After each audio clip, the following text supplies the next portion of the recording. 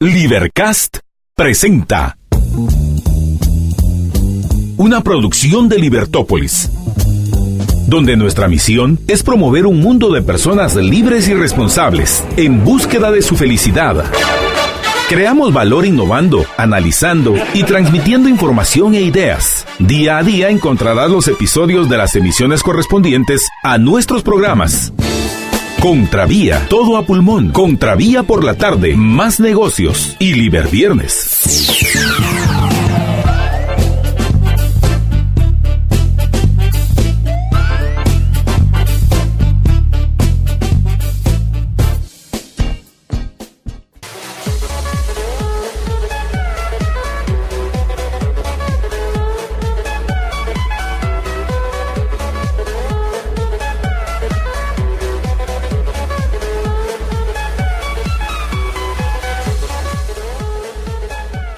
Muy buenas tardes, bienvenidos a Contravía PM, les habla María Dolores Arias y es un gusto estar con todos ustedes. Gracias por sintonizarnos a través de la 102.1 FM. Si usted va en el tráfico bastante complicado en la ciudad, algunos accidentes, lo cual hace más complicada la circulación. Además, hoy por la tarde estuvo lloviendo y esto pues también lo complica aún más. Si usted va manejando, por favor, respire profundo, libere ese estrés, relájese y permita que lo acompañemos durante su trayecto. Hoy vamos a hablar básicamente de dos temas y estaremos analizando algunas noticias. El primer tema con el que vamos a estar, con el que iniciamos el programa es, vamos a hablar acerca de lo que qué está sucediendo en Perú. Por un lado, el presidente disuelve el Congreso, por otro lado, el Congreso nombra a la vicepresidenta presidente, después renuncia. ¿Y qué es lo que está pasando? ¿Por qué se llega a toda esta situación? De esto vamos a platicar con nuestro invitado. Después vamos a estar hablando de qué es lo que está sucediendo con la Corte Suprema de Justicia y cuáles son y en cuanto a los plazos, ya que hoy se dio a conocer que el vocero de la Corte Suprema de Justicia pues dio a conocer que los magistrados el Pleno de Magistrados enviarán una consulta a la Corte de Constitucionalidad pues al respecto, ya que debido a los amparos provisionales que ha dado la Corte de Constitucionalidad, pues es casi que imposible cumplir los plazos. Y qué pasaría entonces con las actuaciones de tanto los magistrados de la Corte Suprema como de las salas de apelaciones. Así que menudo berenjenal, así que de esto vamos a hablar. Y por lo que he estado investigando, hay algo también muy parecido en cuanto a magistrados con lo que está sucediendo en Perú. Pero para eso ya tenemos en línea, ya estamos, ok, perfecto, muchas gracias. Ya hicimos el enlace con nuestro invitado Héctor Ñaupari, quien está desde Lima y con quien vamos a platicar. Él es analista político, abogado y escritor peruano, presidente del Instituto de Estudios de la Acción Humana, también fue expresidente de la Red Liberal de América Relial y es autor de Liberalismo es Libertad y Sentido Liberal, entre otras publicaciones. Muy buenas tardes y buenas noches allá en Lima. Héctor, ¿cómo estás? Hola, ¿cómo estás? Encantado de poder atender a sus oyentes una vez más en Libertópolis. María Dolores, y a la orden respecto a lo que esta terrible crisis política nos está costando como país, ¿no? Cuéntame qué está sucediendo en Perú, porque por un lado el presidente disuelve el Congreso le responde nombrando a la vicepresidente presidente, la vicepresidente ya renunció. ¿Y qué es lo que está sucediendo? Sí, se ha roto para explicación.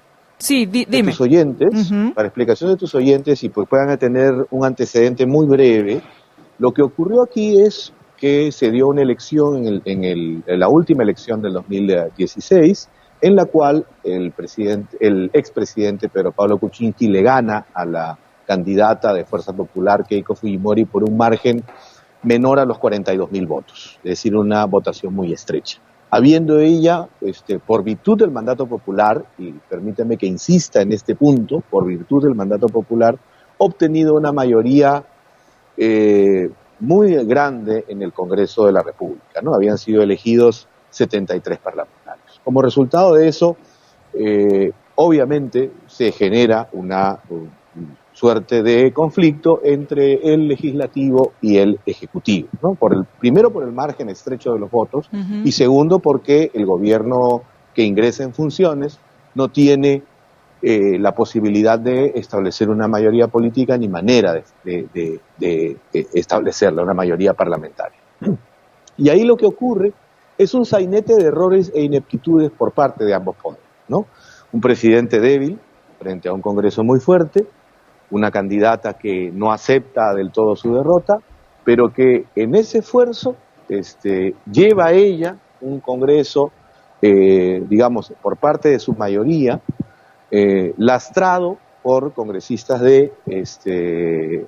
para decirlo de alguna manera muy gráfica, de dudosa procedencia, ¿no? Con denuncias, con diversos tipos de cuestionamientos, que fueron permanentemente a generar un conflicto que de ninguna manera se debía generar. El país, en realidad, esperaba que, siendo dos fuerzas de una tendencia política más o menos similar, es decir, se trataba de una derecha promercado, en el caso de Pedro Pablo Kuczynski, y de una derecha, digamos, entre un tanto más conservadora y un tanto más populista, pero por supuesto alejada de los sainetes populistas radicales, como es el caso de Fuerza Popular. Entonces, el país esperaba que ambas fuerzas se entendieran.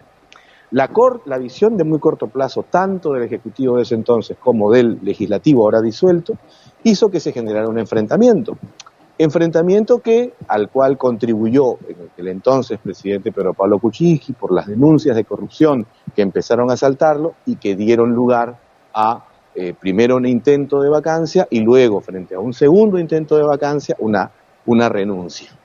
Y esto nos deja con el actual presidente, digamos de facto, el actual presidente de facto, que es Martín Vizcarra, que primero es acogido por el Congreso de la República, que efectivamente, viendo menguadas sus fuerzas, ellos pasan de tener 73 parlamentarios a tener 54, motivo de las denuncias y de la intensa presión política a las que se habían visto sometidos, y se esperaba que hubiese un nuevo nivel de entendimiento, pero por el contrario, por ambas partes, es decir, tanto el Congreso como por parte del Ejecutivo, la ceguera y la visión de corto plazo, la corteza de miras, el hecho de continuar con un enfrentamiento, primero porque ambos poderes no tenían nada efectivo que mostrarle al país. No había una legislación que pudiese ayudar a resolver los principales problemas nacionales, como tampoco del Ejecutivo, ni con Kuczynski, ni con Vizcarra hasta hoy,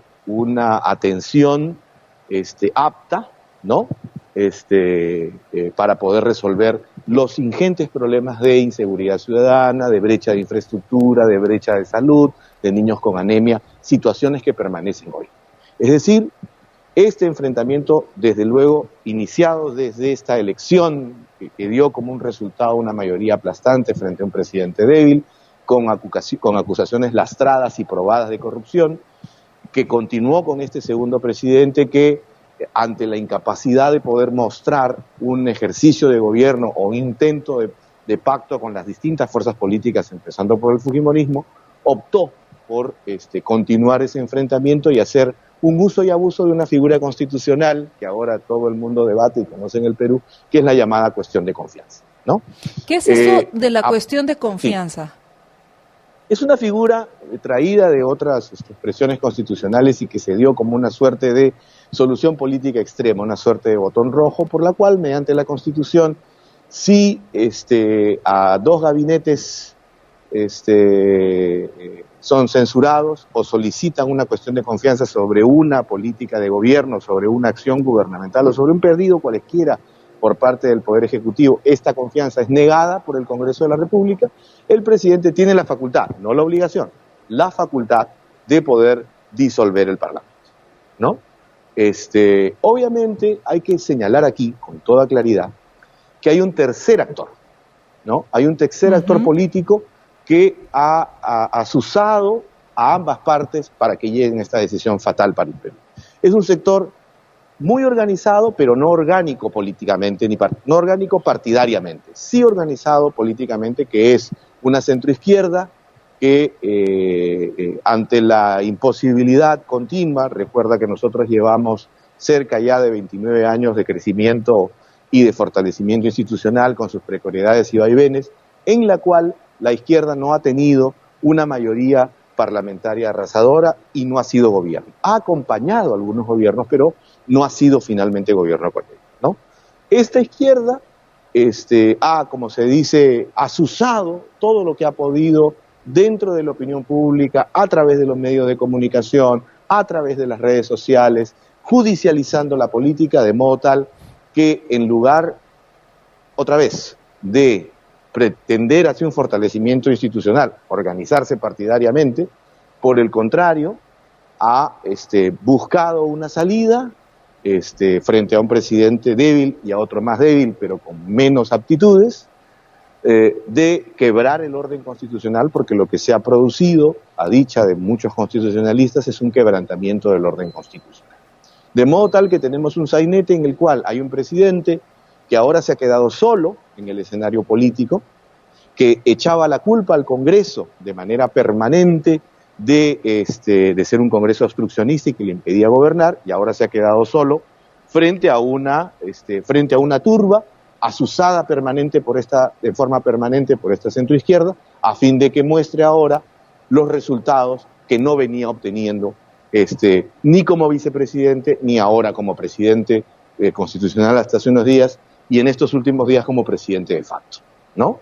Porque el objetivo de este grupo, organizado políticamente, muy bien organizado, que aquí denominamos caviares en el Perú, este grupo de centroizquierda o de izquierda, para decirlo claramente, tiene como único propósito el establecimiento de una asamblea constituyente en el Perú que quiebre el único marco constitucional y en particular el capítulo económico de la Constitución, con el propósito de instaurar una economía centralmente planificada, instaurar una reestatización de la actividad económica y quebrar el crecimiento que nos ha convertido en un país estrella en la región para ello. Ellos sí tienen una agenda muy clara, una agenda que nunca tuvo este Parlamento, que ha sido además uno de los más mediocres de la historia, y nunca fue la agenda tampoco, mira qué cosa curiosa, de una personalidad promercado como Kuczynski, que estaba más ocupado en salvar el cuerpo de las acusaciones que finalmente lo han llevado a una acusación penal y a una modalidad de arresto domiciliario, destino que también es similar en el caso de Vizcarra, porque también hay acusaciones o sospechas de acusaciones respecto del caso de corrupción, que como ya sabemos, y creo que mencionar en una entrevista anterior, respecto de los temas de Odebrecht, ¿no? Entonces, y eso, en ningún momento atendieron estas dos fuerzas ciegas e ineptas, atendieron los llamados de la razón, atendieron los llamados de la concordia, no usaron sus respectivas potencialidades políticas sino para enfrentarse mutuamente, y escucharon los cantos, en este caso de hórridas sirenas, de este aparato, de este andamiaje centroizquierdista, cuyo único propósito era, como puede ocurrir peligrosamente en el Perú, de devastar el crecimiento institucional generado a partir de la Constitución y su capítulo económico, que es el único objetivo que tiene la izquierda en el Perú, como en otros casos que nos llevan efectivamente a, por ejemplo, los de Bolivia o los de Venezuela, establecer la anulación de la economía de mercado, el devastamiento del régimen de propiedad privada, la anulación de los tratados de libre comercio y consecuentemente el empobrecimiento mayoritario de la nación peruana.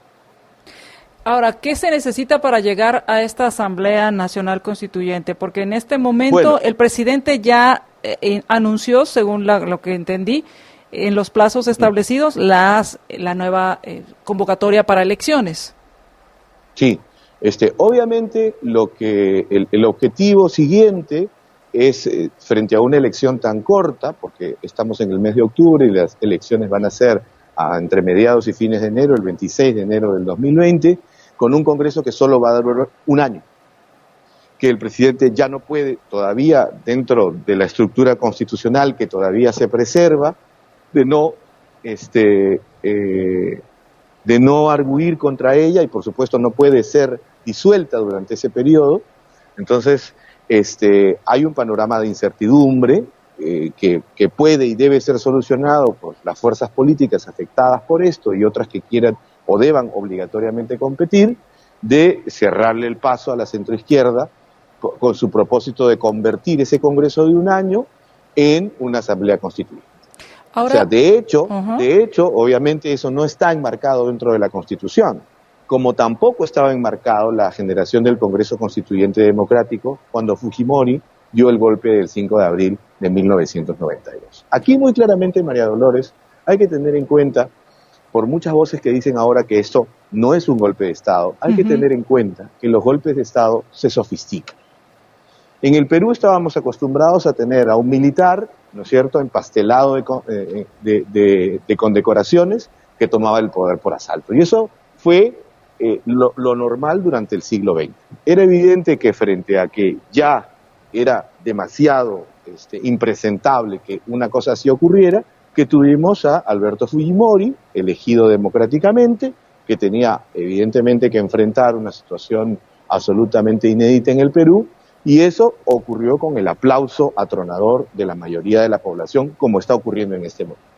Ahora, lo que ha ocurrido es haber usado una figura constitucional y haber hecho abuso de ella, asusado por ambas partes, por un Congreso ciego, que no debió dejar que esta situación pasara, por un lado, y por otro lado, por un presidente que está más bien seducido por el abrumador apoyo, que seguramente en las próximas cuentas saldrá, y cuya justificación para efectuar estos legicidios constitucionales es que el pueblo se lo dice. Entonces, el pueblo le dijo que iba a cerrar el Congreso. Nada impide que este mandatario diga el día de mañana, el pueblo me pide una asamblea constituyente. Es decir, si eso ocurre, evidentemente, esa indicación o ese señalamiento, esa argumentación va a ser respaldada efectivamente por la centroizquierda. Claro. Él dirá que el pueblo le ha dicho que quiere una asamblea constituyente y dotará de poderes constituyentes a ese Congreso si es que ese Congreso tiene una mayoría de izquierdas.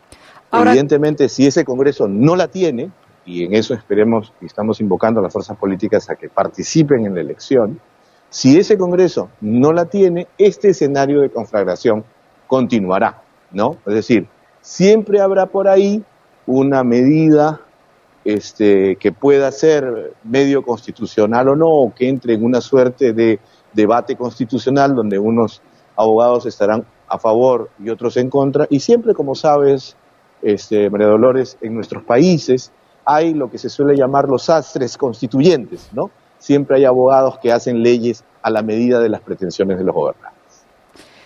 ¿Cómo está afectando esto a la economía? ¿Todavía no se ha notado o ya ha habido...? No, bueno, nosotros ya venimos por parte de la ceguera de este legislativo ya disuelto, como por parte de la ineptitud para gobernar del presidente y sus gabinetes y sus ministros, desde Kuczynski otra vez, en un estado ya casi de recesión económica, ¿no? Más aún ahora, donde efectivamente, como consecuencia de este panorama de incertidumbre, el resultado es todavía ya encontrarnos prácticamente en recesión. Es decir, en un solo año, las proyecciones de crecimiento han bajado de 4.5 a 2.7, sino a 2. Es decir, hemos tenido un descenso del 50%, ¿no? Frente a esa parálisis que obviamente ya empezó a afectar al conjunto de la economía privada, sin que por esas cegueras que tienen a veces las naciones, en la medida en que se aplauda la disolución del Congreso, hay que recordar también de fondo que el Perú es un país históricamente de vocación presidencialista y profundamente antiparlamentario, ¿no? Si hay un político que desprecia más incluso al presidente, que avasalla sus derechos, es al parlamentario, porque lo siente como un privilegiado, ¿no? Y es un país de vocación presidencialista total, en la medida en que pudo elegir a Alberto Fujimori 3 veces, a pesar de los quebrantamientos del orden constitucional a que el último dictador nos había previsto, ¿no? Entonces, nada hace soslayar que efectivamente el argumento de haber escuchado al pueblo para disolver al Congreso se convierta ahora en haber escuchado al pueblo para dotar de un poder constituyente a este Congreso, ¿no? El objetivo no es otro, como en el caso de todos los dictadores, de permanecer en el poder. Porque obviamente tú comprenderás, María Dolores, que terminado su mandato, esperemos concluya el 28 de julio del 2021, este presidente se tiene que ir. Hasta ahora dice que así será, ¿no? Nada nos garantiza al día de hoy que ello ocurrirá. A ese nivel de incertidumbre institucional y política estamos llegando, ¿no? Por cuanto a Martín Vizcarra, por un simple análisis estadístico, le pueden esperar seguramente lo mismo que a los últimos 5 presidentes que ha tenido el Perú desde Alberto Fujimori: la cárcel o el suicidio. O sea, y eso está ocurriendo, y ha ocurrido así taxativamente con los últimos 5 presidentes peruanos.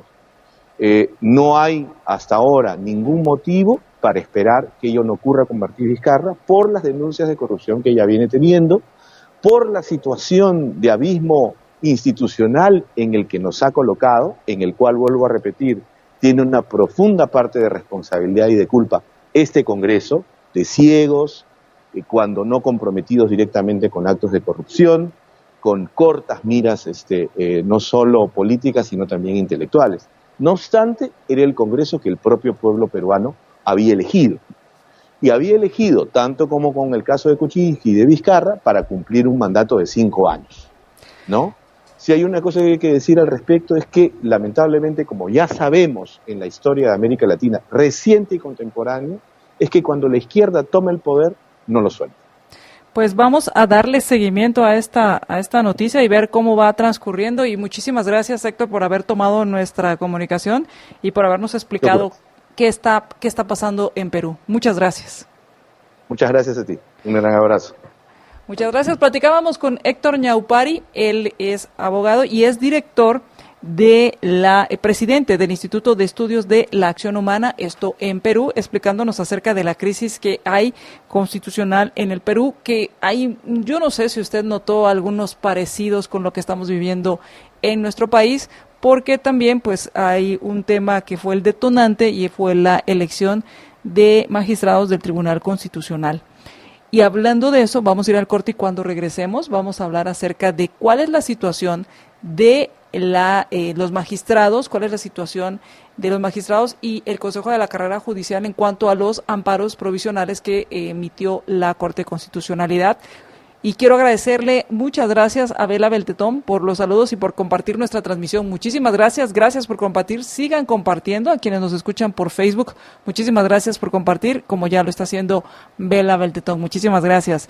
Y entonces vamos a hablar cuando regresemos del corte qué pasa, porque ya el vocero, y ahorita les doy bien el dato exacto, el vocero de la Corte Suprema dio a conocer que el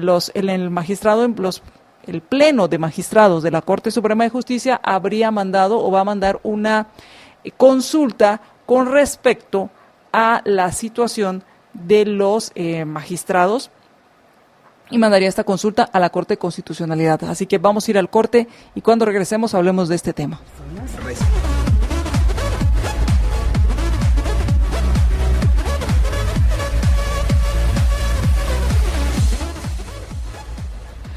Regresamos a Contravía PM, les habla María Dolores Arias. Muchísimas gracias a quienes están compartiendo nuestra transmisión, muchas gracias.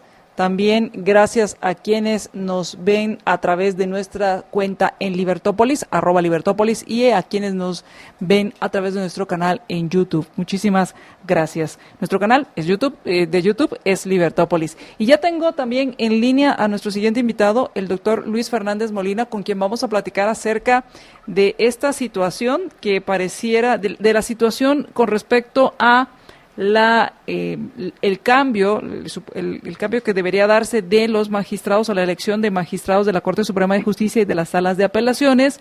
Por un lado, se da a conocer que el Consejo de la Carrera Judicial emite una normativa provisional sin el aval de la Corte Suprema de Justicia.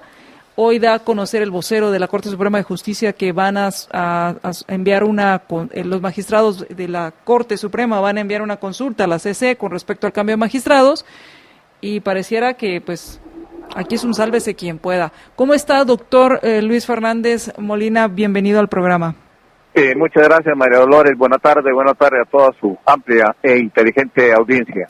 Muchas gracias. Cuénteme, por un lado, el Consejo de la Carrera Judicial, buscando pues cumplir con lo que está solicitando la Corte de Constitucionalidad, emite una norma de urgencia que pretende evaluar a los jueces y magistrados, pero no está avalada por la Corte Suprema, ya que la Corte Suprema, el Pleno de Magistrados de la Corte Suprema había dicho que pues lo que le habían presentado carecía de fundamentos y de objetividad y tenía adolecía de varias cosas.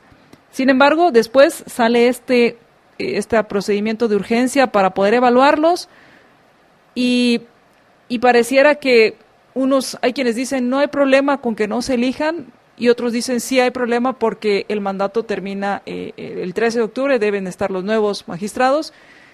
¿Y qué va a pasar con a quién le entregan el cargo o qué pasa en este caso? Bien, María Dolores, realmente la situación es demasiado compleja, deprimente, complicada, como para enredarla con anuncios totalmente fatalistas, apocalípticos, que suenan los 4 jinetes del apocalipsis ahí rondando para este 13 de octubre. No lo enredemos más. Yo no digo que sea fácil ni que sea una solución ideal. Al contrario, ya lo dije, es lamentable, es muy lamentable. Pero sí hay solución. Uh-huh. Yo voy a dividir el problema, si así lo podemos llamar, en 2 etapas. El primero es de aquí al 13 de octubre. ¿Y qué va a pasar pues el 13 de octubre y que no tome posesión la nueva Corte? Es obvio que no va a tomar posesión la nueva Corte.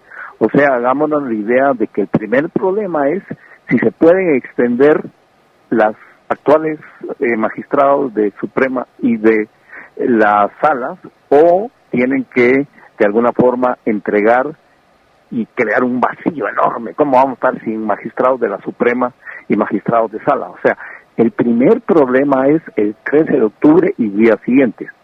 El segundo problema es cuando elijan 3, 4, 5, 6 meses y cómo se van a elegir. Pero vayamos por partes, María Dolores. El primer problema, yo no lo veo tan, como dije, apocalíptico, como lo pintan. Ya de hecho, ya pasó. Hace exactamente 5 años plantearon 4 amparos y se unificaron los 4 amparos de alguna forma, y la Corte de Constitucionalidad, en ese entonces integrada por diferentes personas, solamente una es la misma, Gloria Porres, que fue entonces la presidenta de esa Corte de Constitucionalidad. Pues hace 5 años la Corte de Constitucionalidad ordenó, y subrayo la palabra, ordenó a los magistrados de la Suprema en ese entonces que iban a entregar que siguieran en sus puestos. O sea, fue una orden clarísima. Ese amparo de hace 5 años, y como dije, fueron 4 juntos, incluyendo a Cedecon, Fundación MAC.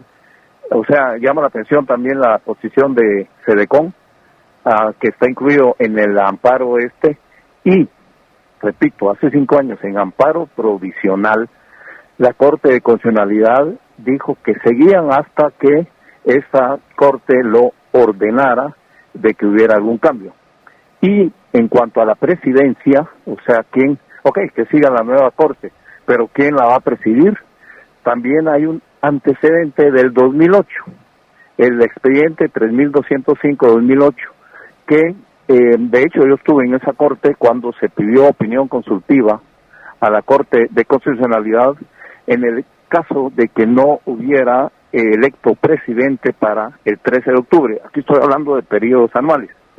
Y la Corte de Constitucionalidad en ese entonces dijo, bueno, si no han elegido presidente para el 12 de octubre, continuará en funciones el magistrado vocal primero. Entonces, hace 5 años dijo, continúen, les ordeno que continúen. O sea, ya entran aquí figuras variables como la que podría ser abuso de autoridad, incumplimiento de deberes, prolongación de funciones. Realmente ninguno de esas. Lo que predomina es el artículo 71 de la ley del organismo judicial, que claramente establece que ningún juez ni magistrado puede abandonar su cargo hasta que no tome posesión su sucesor. Y algunos dicen que ese artículo está anulado por el de la ley del organismo de la carrera judicial, que establece que los periodos son de 5 años. Es cierto, son de 5 años. Más aún, he visto algunos analistas que escriben y he oído que dicen que ese artículo de la ley del organismo judicial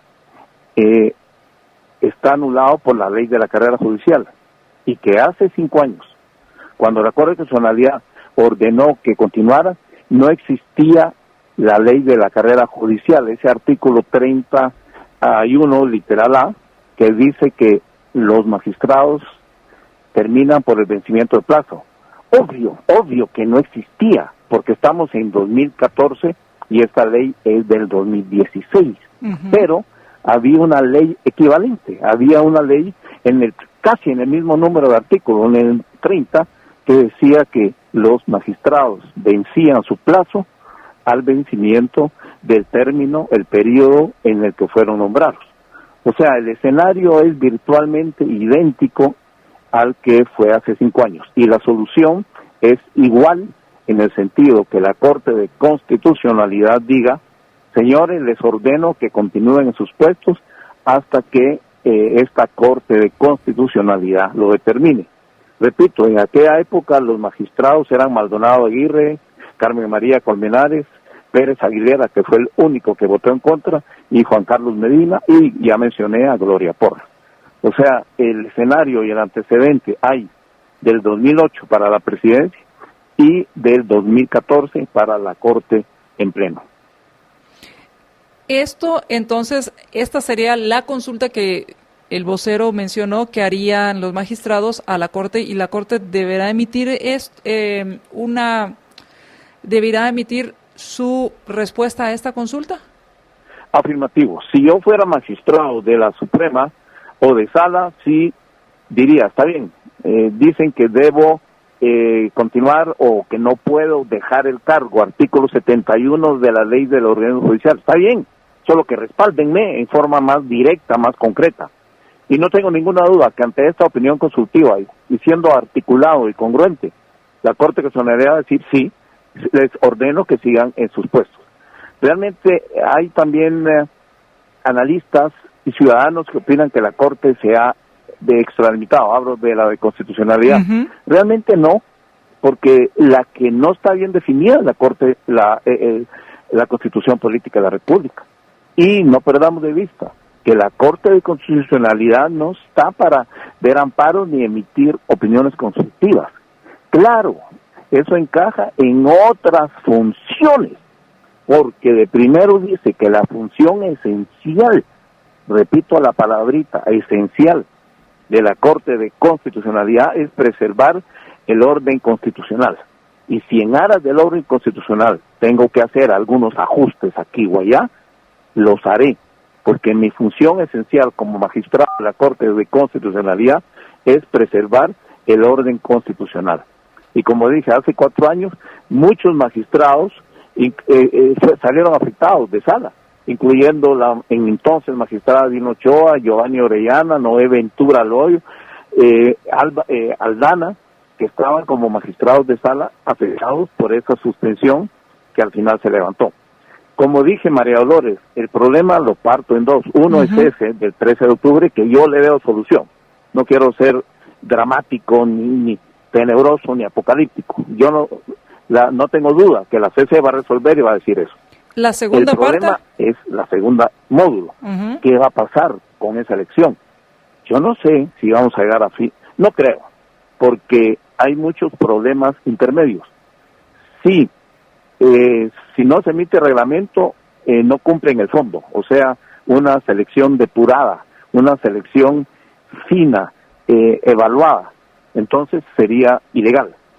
Si esperan el reglamento, va a tener demasiadas ventanas de vidrio, techos de vidrio, y cualquiera va a impugnar en el sentido pues de que ese reglamento va a ser sujeto de amparos o de inconstitucionalidades que van a venir de muy diferentes sectores.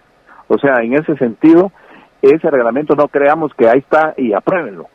Después vendría los procesos de evaluación que implican una entrevista personal.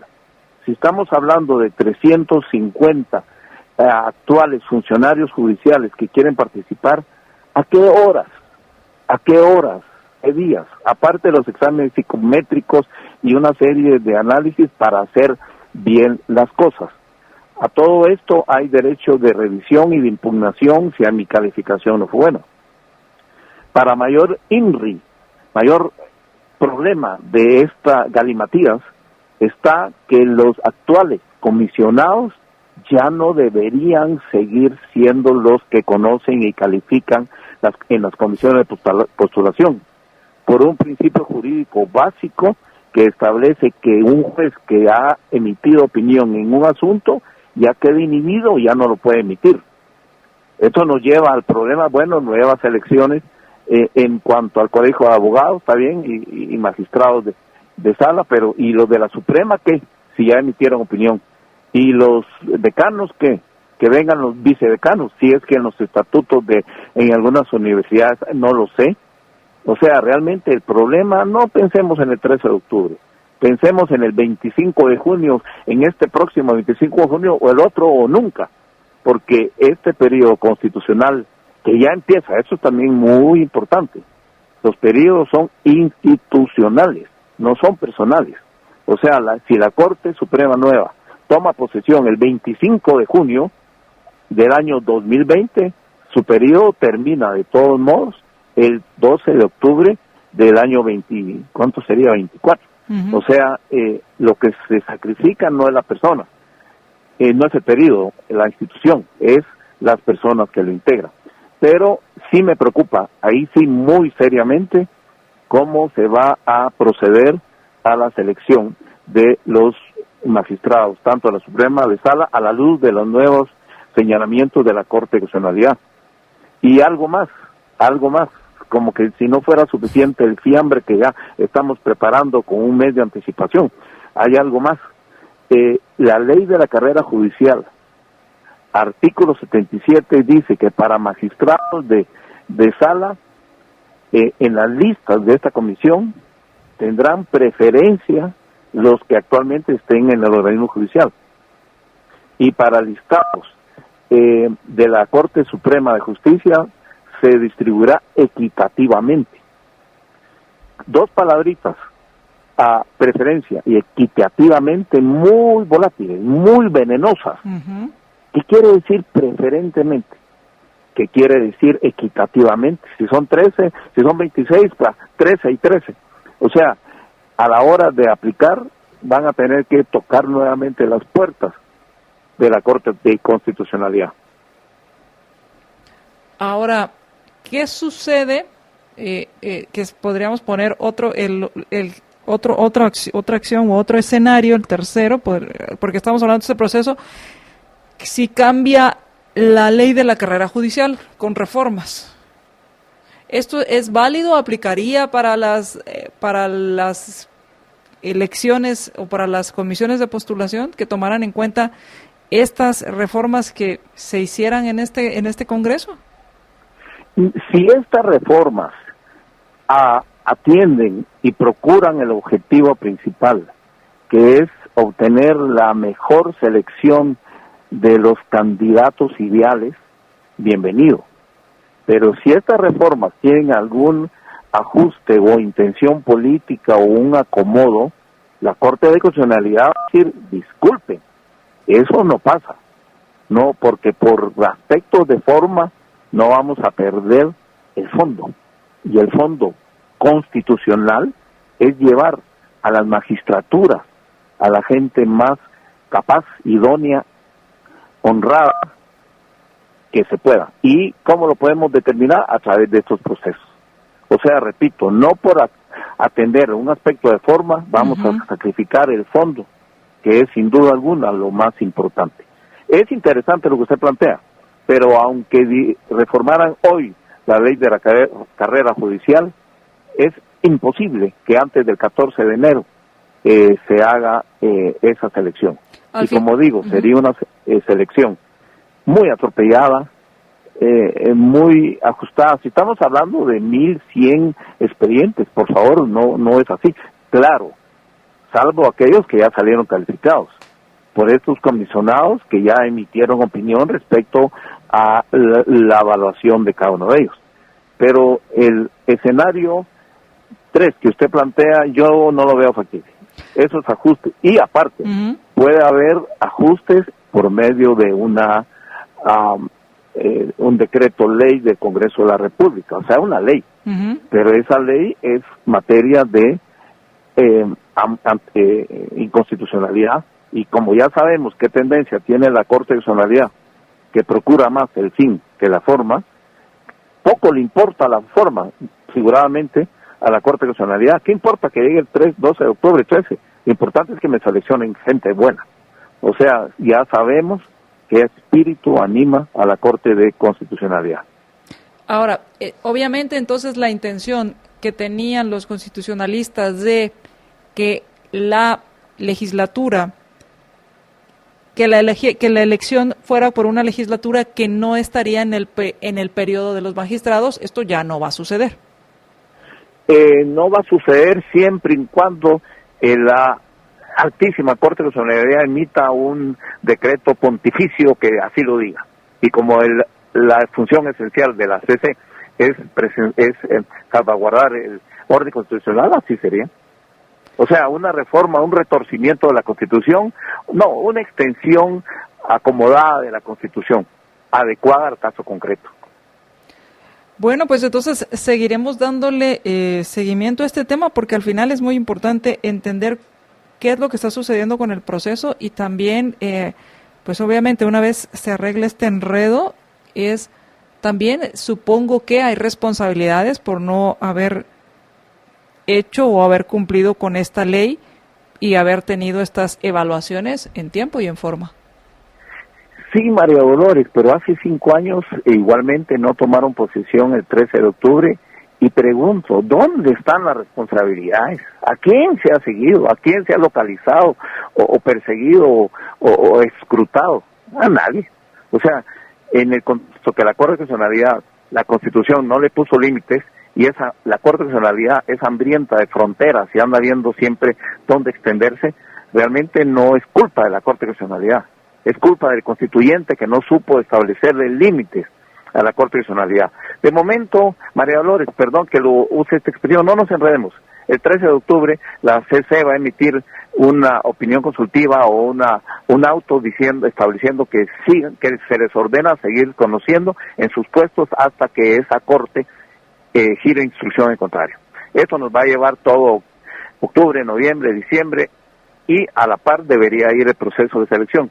Pero ese proceso de selección no camina y va a tener demasiados problemas. Yo creo que todos los reflectores sí deben dirigirse a ese aspecto, el proceso de selección, y que todos los sectores de alguna forma se ubiquen en aras de la institucionalidad de Guatemala, que sí está realmente temblando. Es una estructura que, por un poco de flexibilidad como amortiguadores que pone la Corte de Constitucionalidad, por lo demás, si fuera muy rígido, ya sería un edificio que se hubiera venido al suelo. Y eso es muy preocupante.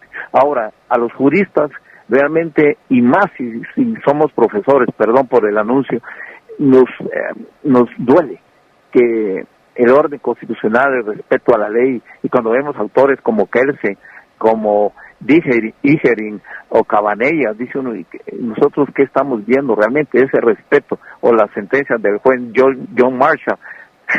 Nos falta mucho camino todavía, aunque cuando estaba oyendo la entrevista de Perú dije, no estamos solos. Sí, había muchos temas muy parecidos. Muchísimas gracias, doctor, por haber tomado la llamada.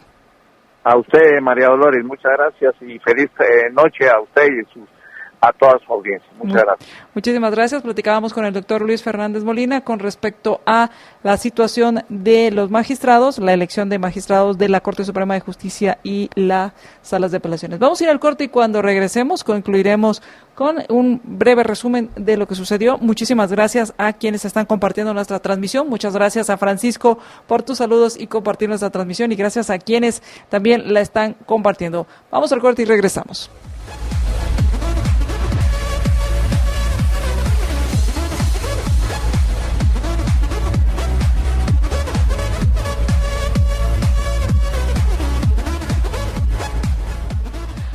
Regresamos a Contravía PM, les habla María Dolores Arias, muchísimas gracias por estar compartiendo nuestra transmisión. Recuerde que estamos transmitiendo por facebook.com/Libertópolis, también nuestro canal en YouTube es Libertópolis y por Twitter @Libertópolis. Pues hoy estuvimos hablando de varios temas en los cuales comentábamos acerca de la situación en Perú y hablábamos acerca de lo que está sucediendo en Perú con respecto a esta crisis entre el Ejecutivo y el Legislativo.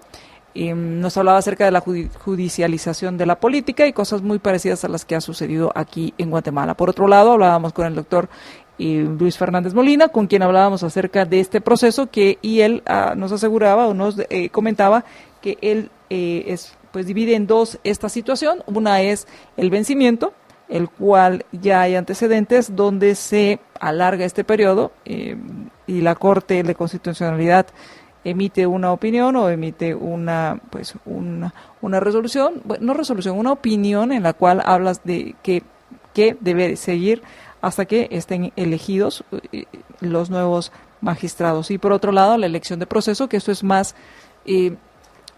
lleva más complejidad en el tema de cómo debería hacerse esta elección, tomando en cuenta que el Consejo de la Carrera, la ley de la carrera judicial habla que el Consejo debe evaluar, hablaba de un tema acerca de la preferencia y de la equidad a la hora de hacer estas elecciones y varios temas que irán surgiendo conforme se vaya habilitando este proceso. Mientras tanto, ya han salido algunas publicaciones, como por ejemplo la integración de planillas para poder elegir a quienes van a representarlos por parte de las salas de apelaciones, ya que el amparo provisional que se otorgó por una única planilla, pues ordenaba que se hiciera nuevamente el proceso para la elección con diferentes planillas aplicando el método de Hunt. Y hoy el Congreso no aprobó, ustedes recuerdan que Jimmy Morales ayer había anunciado que iba a solicitar que se ampliara el estado de sitio que existía y que además se integraran a dos localidades o dos municipios más, el de Nahualá y Santa Catarina Iztahuacán, esto en Sololá, y el Congreso no lo aprobó. El decreto 2/2019 hablaba acerca de prorrogar el estado de sitio en los 22 municipios de estos 6 departamentos, según algunos de los argumentos, era que persistían las circunstancias para emitir el decreto 1/2009, esto en septiembre, el 4 de septiembre, y que por consiguiente, como continuaban en estas circunstancias, pues lo que hacían era prorrogarlo. Y por otro lado, también emitían el decreto gubernativo 3/2019, en el cual el acuerdo gubernativo, 3/2019, donde declaraban también en estado de sitio los municipios de Santa Catarina Iztahuacán y Nahualá, esto en Sololá. Entonces, pues, el Congreso no aprueba de urgencia nacional. Esto quiero aclarar.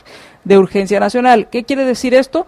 Cuando hay alguna moción privilegiada o entra alguna iniciativa de ley o algo que conoce el Congreso, alguno de estos instrumentos que conoce el Congreso, puede ser aprobado de urgencia nacional, lo cual debe ser aprobado por 105 votos. Al no lograr esto, no lograr pasar de urgencia nacional, entonces debe seguir el proceso que siguen normalmente todas las iniciativas que se presentan, y en este caso serían las 3 lecturas y estos 3 debates. Así que entonces no se aprueba de urgencia nacional y deberá seguir el proceso para su aprobación. Entonces es aprobado en primer debate, seguirá las siguientes sesiones, el segundo y el tercer debate. Así que no es aprobado de urgencia esta ampliación de estado de sitio, el acuerdo 2-2019 y el acuerdo 3-2019.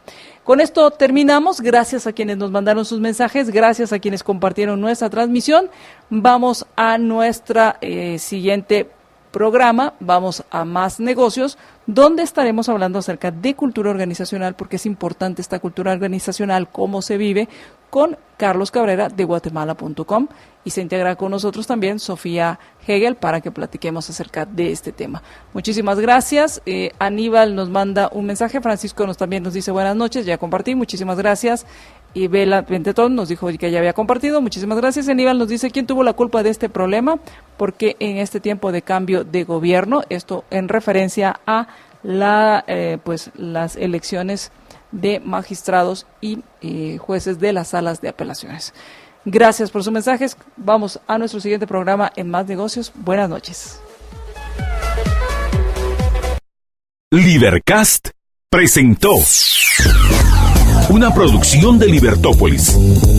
Recuerden que si quieren conocer más de nuestros programas, seguirnos en las diferentes redes sociales, o si quieren ver nuestros programas y conocer a nuestros conductores e invitados, pueden ingresar en www.libertopolis.com.